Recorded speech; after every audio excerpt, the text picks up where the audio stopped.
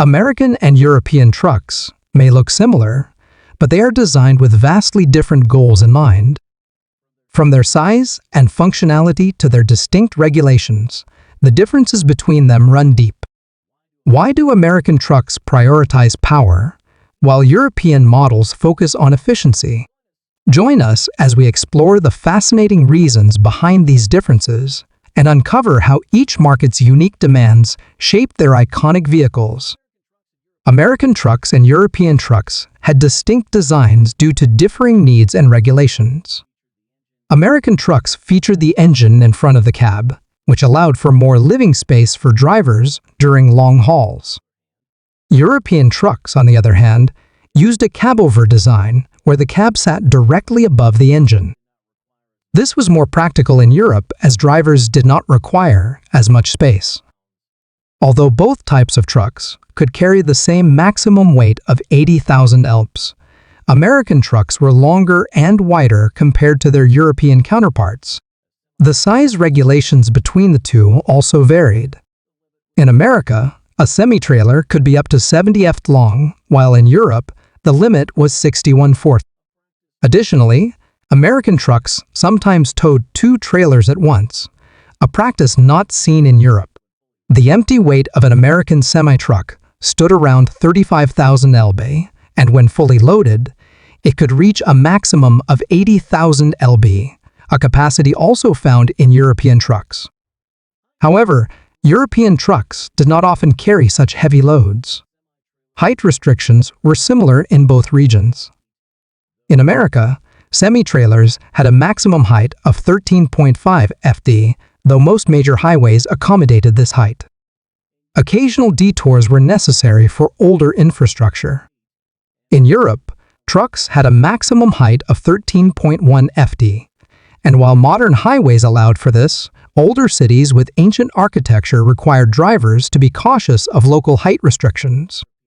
A key difference between American and European semi-trucks was the design of their cabs. American trucks typically had larger cabs with sleeping areas, while European trucks did not. This design difference stemmed from the distinct driving regulations in both regions. In the US, truck drivers were permitted to drive for up to 11 hours within a 14-hour period. As a result, they needed a place to rest during long trips, making the inclusion of a bed in the cab practical. On the other hand, European truck drivers could only drive for a maximum of 9 hours per day.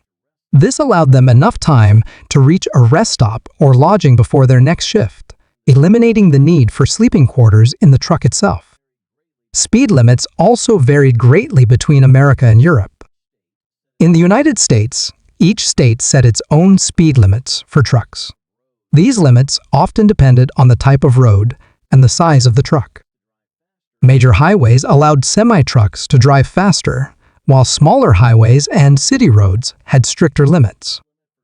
For instance, the maximum speed limit for trucks in California was 55 mph, whereas in Texas, it reached as high as 85 mph.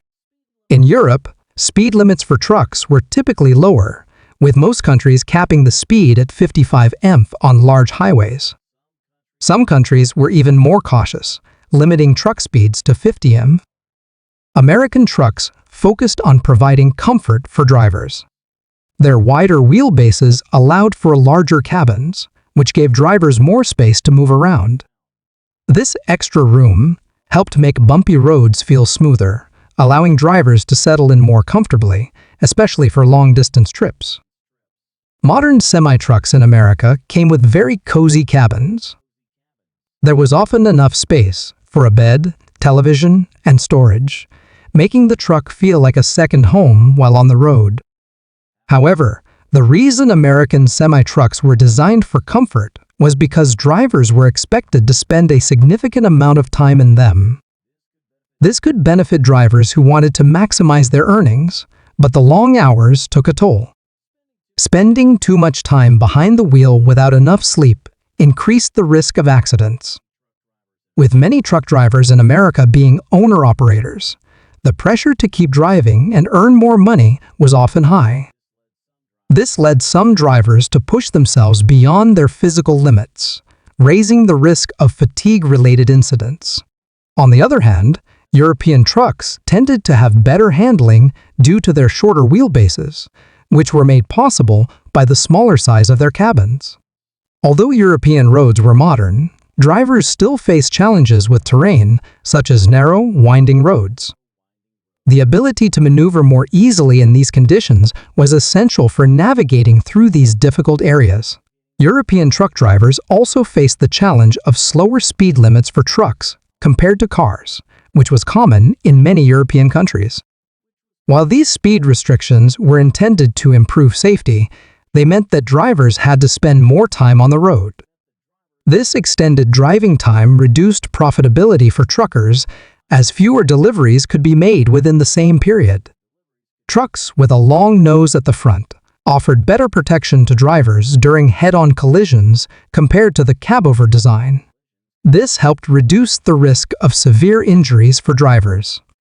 However, cabover trucks were not designed without considering safety concerns. In addition to the engineering aspect of truck design, the behavior of drivers in different regions played a role.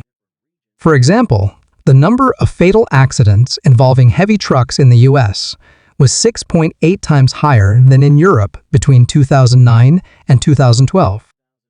Fatal truck accidents in Europe were 0.13 per 1,000 registered vehicles. The differences between American and European trucks come down to distinct priorities, comfort and long hauls versus maneuverability and safety. Which truck design do you think is better for long-distance driving? Let us know in the comments below, and don't forget to like, share, and subscribe for more content.